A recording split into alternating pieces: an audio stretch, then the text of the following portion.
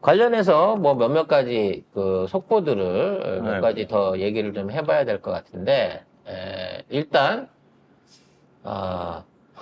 윤석열 정부 국책연구기관에서 문정부, 이게 문재인 정부의 위기 극복을 했다. 이런 식으로 보고서를 내놨다고 합니다. 기획재정부 산하 국책연구기관 한국조세재정연구원이 코로나19 팬데믹 당시 정부의 확장 재정 정책이 긍정적인 효과를 냈다는 보고서를 지난해 발간한 것으로 확인됐습니다. 이 보고서는 기재부 의뢰로 작년 11월에 작성됐는데요. 그동안 정부는 전 정부의 재정 정책을 방만 재정으로 규정하고 긴축 재정을 강조해 왔는데 이런 정부 기조와는 결이 다른 내용의 보고서가 나온 겁니다. 그러니까 다 구라를 친 거야. 대통령 윤석열도 구라를 치고 국짐에서도 막 뭐 그 문재인 전 대통령이 그 지금 뭐 경험 없는 뭐 준비 안 된 대통령이 돼가지고 지금 나라가 혼란하다 이런 식으로 얘기를 했잖아요.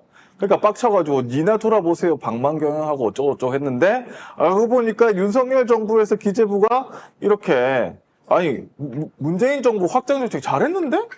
이렇게 된 거예요. 그래서 결론적으로는, 얘들 잘리겠네. 긴축 정책을 한다 그러면서 코로나 때 포함해갖고 문재인 정부는 400조 원 가까운 국가 부채를 늘렸어요. 그만큼 재정 투입이 됐다고 봐야 되겠죠? 근데 윤석열 정부는 지금 2년 반 만에 이걸 넘어섰고 앞으로 이보다 훨씬 많은 거의 800조 가까운 부채를 늘릴 가능성이 높다라고 하는 전망이 나오고 있습니다. 왜?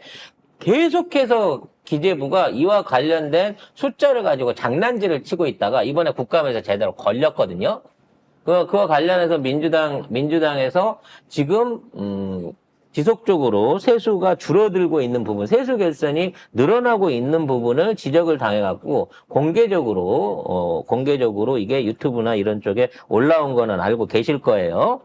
근데 지금 있는 상황에서 경제가 너무 암울하게 계속해서 무너지고 있는데 정말 희한한 현상이 일어나고 있습니다. 지금 윤석열 정부 들어와가지고 발권력을 통해가지고 시장에 자금을 공급하고 있어요. 즉 돈을 찍어갖고 풀고 있다는 거죠. 그러니까 기존에 있는 예금이나 은행에 들어오는 예금이나 저축성 예금이라든지 자산 갖고 있는 것들 또는 증권을 팔아서 돈을 풀고 있는 게 아니라 돈이 없으니까 발권을 해갖고 돈을 찍어가지고 돈을 풀고 있다는 거예요. 그래서 지난 2년 반 동안 59조 9,550원 그냥 60조 원을 찍은 거야. 그래서 이 돈을 추가로 발행을 했어요. 더 웃긴 건 뭔 줄 알아요? 이 중에 시중으로 흘러간 돈이 42조 1,700억밖에 없다는 겁니다. 그럼 18조 원이 또 18이야, 씨발. 네네. 18조 원이 과다 발행이 됐다는 거예요. 그럼 이 돈이 있어야 되잖아. 어디 갔어? 이 돈이 없어진 것 같아. 어딘가 장판에 있는 거야, 저수지에 있는 거야. 장독대 묻어. 예전에 노태우가 권력 말기에 조폐공사에서 엄청나게 많은 만원권을 찍어내갖고 실컷 나갔다라는 루머가 있습니다. 이 국권 루머죠. 그래서 김영삼이 들어와서 10,000원짜리 지폐를 사이즈를 줄여갖고 신권을 발행을 했거든요. 그 돈이 시중에서 못 풀리게 하려고. 그리고 나서 30년 동안 국권 화폐 사기가 계속해서 성행했습니다. 이거 정치자금으로 그때 찍어갖고 놨던 국권 화폐인데 신권으로 바꿔주면 뭐 얼마를 할인해주겠다. 요런 국권 화폐 사기가 엄청 많이 있었거든요.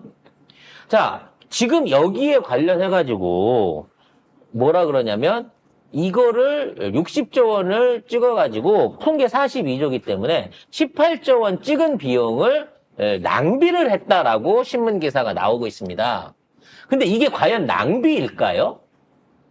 저는 이 18조 원이 어떠한 형태로 은닉돼가지고 새 나간 게 아닌가라는 부분에 대해서 국회가 강력하게 이 부분에 대한 추적을 해봐야 된다고 봅니다. 3년간 18조 원 규모네요. 한국은행이 지난 3년간 약 18조 원어치의 지폐를 더 찍어낸 것으로 드러났습니다. 그럼 그게 있어야 되잖아. 18조 원 재고가 있어야 되잖아. 나는 이게 없어진 것 같아요. 물가도 올라야 되는 거 아니에요? 어? 물가 그래서 오르는 거 아니야, 그러면? 아니, 이거를 시중에 풀어야 돈 가격이 떨어지면 물가가 오를 수도 있는데, 이거를 얘가 양평에 있는 무슨 절 지하 같은 데다가 묻어놓고, 짱 박아서 숨겨놨으면, 현금화해서 지하시장에다 그냥 가둬놓고, 말하자면 명동 암시장이나 이런 데서 사채로 돌리고 있으면, 이거 티 안 나게 어디로 이 돈이 새 나간 거예요. 더군다나 이 돈은 추적도 못해, 씨발.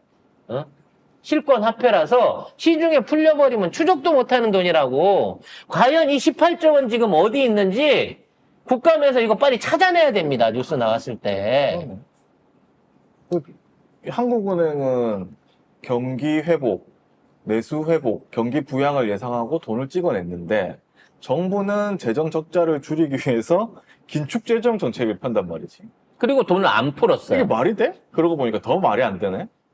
그래서 지금 애초에 60조 원이라고 하는 거는 아마 조폐공사도 생각이 있으니까 일상적인 정부의 어떤 재정 적자를 감안해가지고 그걸 감안해서 평상시대로 찍었을 거라고 생각해. 그럼 평상시대로 찍었으면 평상시대로 풀렸어야 돼. 근데 18조 원이 사라진 거야, 지금. 이 돈이 조폐공사 안에 고스란히 그대로 있는지 우리 종이의 집 생각이 나는데 만일 18조 원이라고 하는 돈이 만일 쌓여 있다고 하면 그 부피만 해도 어마어마한 부피예요. 5만 원권으로 5만 원권으로 보더라도 그래서 중축을 자꾸 하나? 그 정도 규모로 안에 안 담을 돼? 수 있는 안 게 돼요? 아닌데? 5만 원권이면 괜찮잖아. 그래서 이와 관련된 추후 조사들이 좀 필요할 것으로 보입니다. 지금 이렇게 이제 물가가 개창나고 있는 상황에서 대출 이자들이 계속 오르고 있어요. 근데 실제 대출을 이렇게 기존에 나가 있는 대출들에 대한 이자는 계속 오르고 있어요. 오르고 있는데 신규 대출은 지금 막고 있어요. 정부가 집값을 잡는다는 명목으로 대출을 줄였습니다. 근데 은행에서 실수요자 보호를 해야 된다고 예외 규정을 적용을 했어요. 그러니까 정부가 대출을 해주지 마 그랬는데 아니 이 사람은 진짜 실수요자라서 이 사람은 돈을 꿔줘야 돼 라고 하면서 예외 규정을 적용한 대출들을 추가로 내고 있습니다. 도대체 은행이 판단하는 예외 규정자는 누구죠? 서민일까요? 이 안에 우리가 예외 규정자로서 나 집을 좀 살려고 하는데요. 대출 좀 받을 수 있을까요? 라고 은행을 찾아가면 그 예외 규정을 적용받을 수 있는 사람이 우리 안에 있을까요? 실수요자. 그러니까 금융당국이 가계대출 증가를 억제하되 실수요자를 보호하라. 이거는 말이 안 되는 거야. 가계 대출 내는 서민들은 더 이상 대출 받아가지 마. 근데 빌딩 사시고 새로 비싼 아파트 사시고 막 100억짜리 빌라 사시는 분들은 그거 현금으로 다 못 사시니까 이건 그런 분들은 그냥 예외를 적용해서 돈을 내드릴게라고 하는 이게 민주주의 국가냐고 이게 평등한 국가냐고. 이건 계급이지, 계급. 말도 안 되는 조항들을 가지고 이거를 지금 돈을 풀고 있다는 거예요. 그러니까 서민들한테 가계대출 줘봐야 신용 떨어지고 나면 못 받고 사고 날 일 큰데 부자들을 하세요. 부자들이 100억짜리 나 빌라 사는데 80억만 빌려줘. 그럼 아이고 빌려드려야죠 라고 막 내주는 대출을 지금 대한민국 은행들이 하고 있다는 거예요. 야, 이거 빈부격차 더 늘어나겠네. 지금 시중 물가가 오르고 있는데 유일하게 지금 떨어지고 있는 게 있다고 합니다. 한지의 쌀값 그리고 소고기 값이 한우 값이 떨어지고 있대요. 그 왜 떨어지는지는 뻔한 거지. 일단 쌀 소비가 줄고 있고 정부가 어떤 그 우리나라 종자들 토종 종자들이나 다양한 종자들에 주던 그 비용들을 없애버렸잖아요. 통일벼만 시불하고 정부가 지정한 벼만 시불하고 그래서 산지 쌀값이 떨어지고 있대요. 그래서 이 산지 쌀값을 유지시켜준다는 명목으로 그냥 나라가 사주면 될 거를 유지시켜준다는 명목으로 땅을 2만 헥터에 있는 논들을 수확을 못하게끔 이거를 잡아버린다고 합니다. 약 10만 톤 물량이라고 하네요. 사전 격리, 네. 사전 격리를 하고 그러니까 결국은 사전 격리를 하겠다는 얘기는 보상금을 주고 쌀 10만 톤을 그냥 버리겠다는 거예요. 수확을 안 하고. 그리고 산지의 송아지 값이 계속 떨어지고 고기값이 떨어지고 있대. 근데 우리는 비싸잖아. 우리는 고기값 비싸져 갖고 한우 못 먹잖아. 그래서 우리는 지금 수입 LA 갈비 이런 거 송작가 몰에서 지금 사서 먹고 있는데 이 고기값을 잡기 위해서 하고 있는 정책이란 게 암소를 10,000마리를 추가로 더 줄이겠다고 합니다.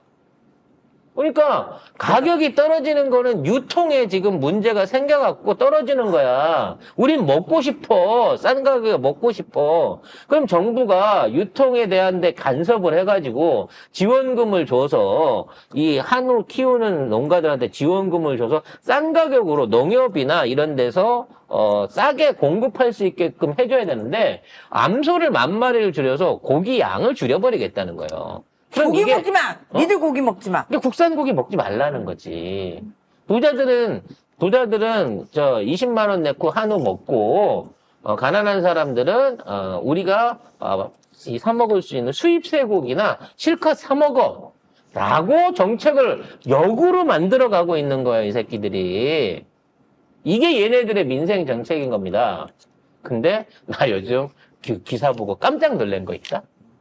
코스트코 쇠고기에서 총알이 나왔대요. 되게 충격적이었어요. 고기를 구워서 먹고 있다가 뭐가 바삭하고 씹혔다는 거야. 이게 뭐지? 뼈 조각인가? 라고 봤는데 총알이 들어있었다는 거지.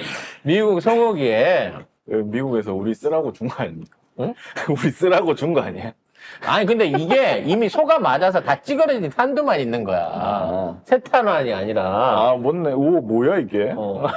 그러니까 제가 보기에는 미국 놈 어떤 놈이 총질을 산소에다 했는데 소가 안 죽었나 봐. 그래서 얘가 도축돼 갖고 한국까지 넘어와 가지고 마트에서 팔린 거야.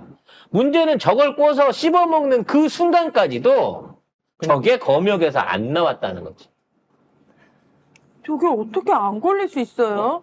아니 기본적으로 우리나라에 수입되는 저연령 소고기들 같은 경우에는 전부 엑스레이로 검사를 하게끔 돼 있거든요. 근데 산탄총알 총알로 조정이 된다고 합니다. 탄탄총알이 이렇게 붓냐?